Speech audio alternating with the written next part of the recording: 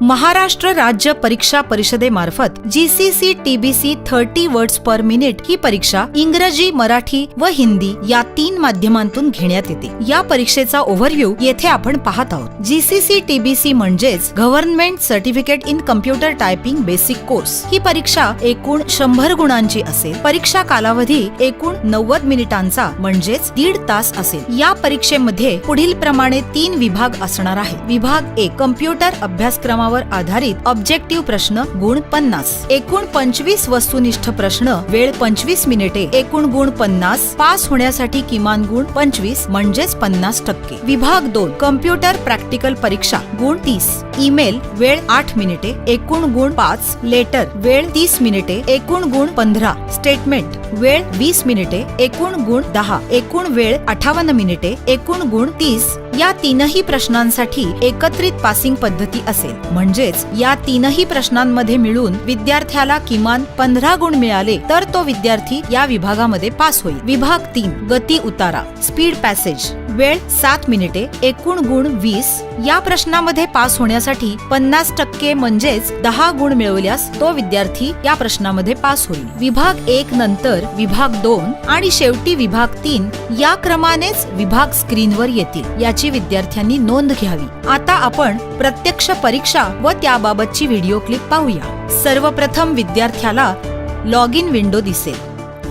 येथे विद्यार्थ्याने त्याला मिळालेला सीट नंबर टाईप करायचा आहे आणि पासवर्ड टाईप करून लॉग इन बटनावर क्लिक करावे।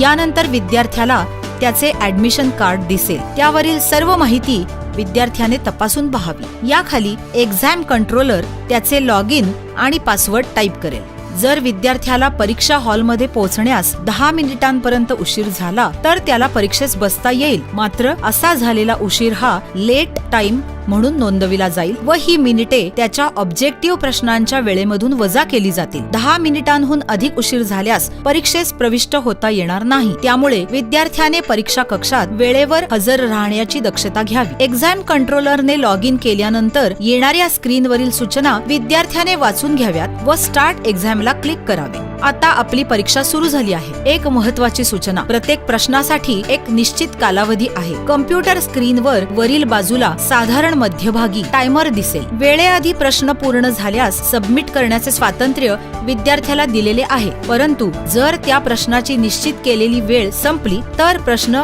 ऑटोमॅटिक सबमिट होईल।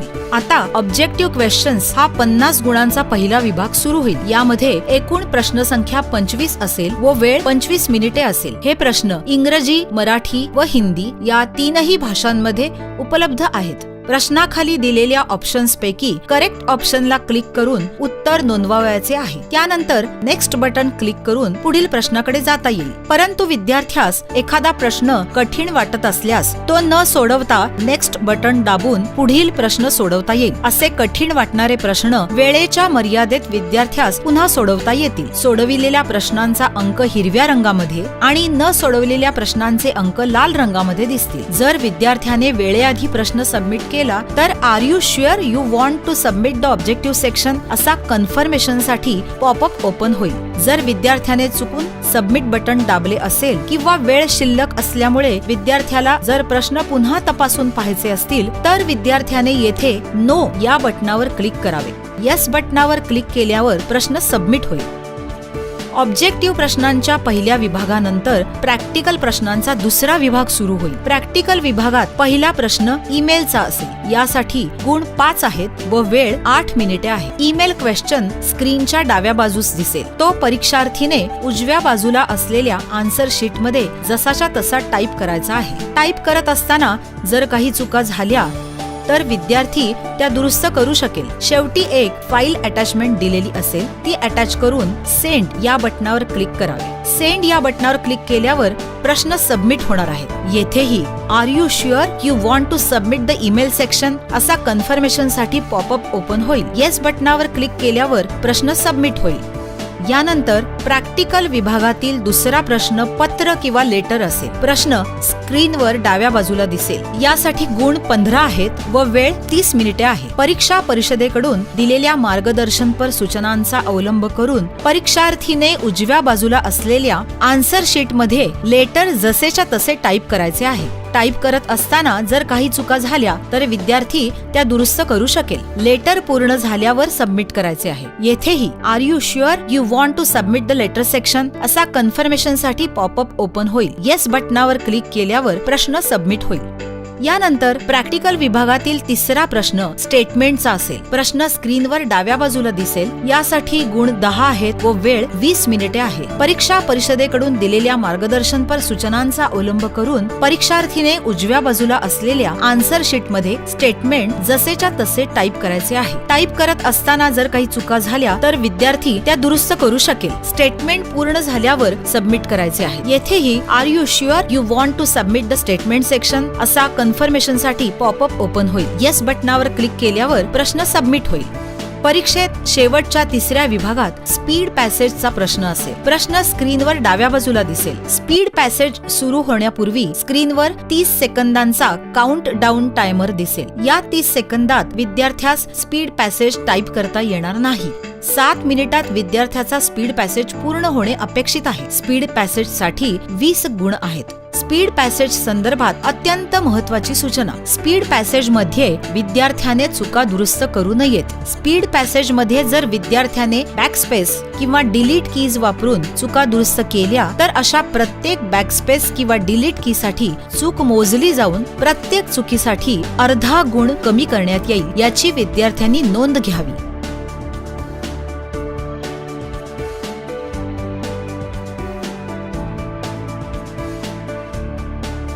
GCC TBC 30 words per minute या परीक्षेसाठीच्या लेटरचे फॉर्मॅटिंग कसे करावे याचे प्रात्यक्षिक येथे देत आहोत। प्रश्नामध्ये असलेले फॉर्मॅटिंग पाहण्यासाठी विद्यार्थ्याला क्विक मेनू उपलब्ध आहे। म्हणजेच एखाद्या शब्दाचे फॉर्मॅटिंग पाहायचे असल्यास तो शब्द सिलेक्ट करून लगेच तेथे येणारा क्विक मेन्यू बघून फॉर्मॅटिंग बघता येईल। संपूर्ण पत्र प्रथमतः लेफ्ट साइडला टाईप करून घ्यावे। टाईप करत असतानाच आवश्यक त्या ठिकाणी एंटर व टॅब द्यावेत आणि नंतर फॉर्मॅटिंग सुरू करावे। कंपनीचे नाव बोल्ड व अंडरलाईन करावे। आता कंपनीचे नाव व पत्ता माऊसने किंवा कीबोर्डच्या साहाय्याने एकाच वेळी सिलेक्ट करून सेंटर अलाइनमेंट अप्लाय करावी। जावक क्रमांकानंतर एकही स्पेस न सोडता किमान 3 वेळा टॅब की दाबून दिनांक पुढे न्यावा। या प्रात्यक्षिकामध्ये 4 वेळा टॅब कीचा वापर केला आहे। 2 नंतर पत्ता टाईप झालेला आहे।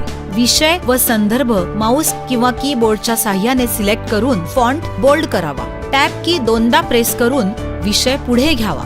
तसेच संदर्भ टॅब की 2दा प्रेस करून पुढे घ्यावा। महोदय किंवा डिअर सर हे मार्जिनला लागूनच असावे। मजकुरामध्ये प्रत्येक पॅराग्राफच्या सुरुवातीला एकदा टॅब की प्रेस करावी व पॅराग्राफ संपल्यावर एकच एंटर असावा। 2 पॅराग्राफ मध्ये ब्लँक लाईन नको। माऊस किंवा कीबोर्डच्या साहाय्याने पॅरा सुरू होतो तिथपासून थँकिंग यू किंवा कळावे धन्यवाद पर्यंत सिलेक्शन घेऊन पॅराग्राफला जस्टिफाईड अलाइनमेंट करावी। थँकिंग यू किंवा कळावे धन्यवाद व युअर्स फेथफुली किंवा आपला विश्वासू यामध्ये एक्स्ट्रा एंटर नको। युअर्स फेथफुली किंवा आपला विश्वासू नंतर हुद्द्यापूर्वी 2 ब्लँक लाईन स्पेस असावे। आपला विश्वासू किंवा युअर्स फेथफुली पासून हुद्दापर्यंत माऊस किंवा कीबोर्डच्या साहाय्याने सिलेक्शन करावे व रुलरचा वापर करून इंडेंटच्या चौकोनावर क्लिक करावे व संपूर्ण लेफ्ट इंडेंट 3.5 लाच ड्रॅग करावे। या सिलेक्शनला सेंटर अलाइनमेंट अप्लाय करावे। सोबत किंवा एन्क्लोजर मार्जिनला लागूनच लेफ्ट अलाइनमेंट ठेवावी। येथेही शेवटच्या अक्षरानंतर किंवा कॅरेक्टर नंतर स्पेस किंवा एंटर देऊ नये।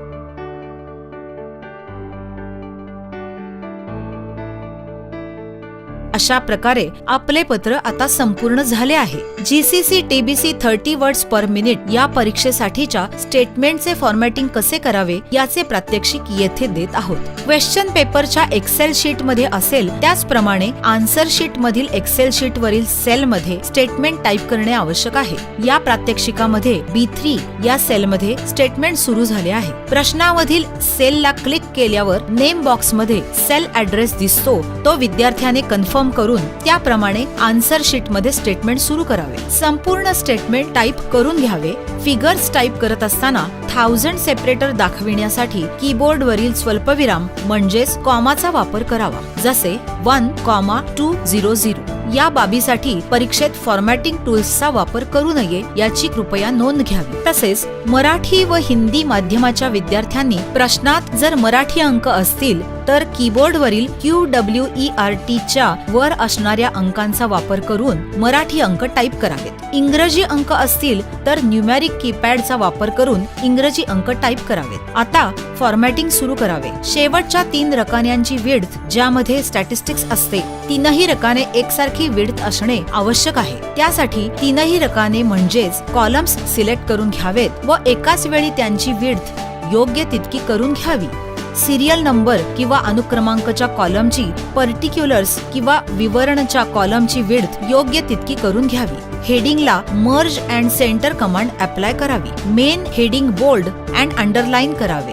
सर्व रकान्यांचे मथळे सिलेक्ट करावे. सेंटर अलाइनमेंट अप्लाय करावी. तसेच त्यांना बोल्ड करावे. आता 1 ते 8 सिरियल नंबर सिलेक्ट करावेत व त्यांना सेंटर अलाइनमेंट करून घ्यावी. त्यानंतर मेन हेडिंग सोडून सगळे रकाने सिलेक्ट करून त्याला ऑल बॉर्डर्स करावी. स्टेटमेंट टाईप करताना जर काही चुका झाल्या असतील तर विद्यार्थ्याने त्या दुरुस्त करून घ्याव्यात. मेन हेडिंग पासून संपूर्ण स्टेटमेंट सिलेक्ट करून त्याची व्हर्टिकल अलाइनमेंट मिडल ठेवावी.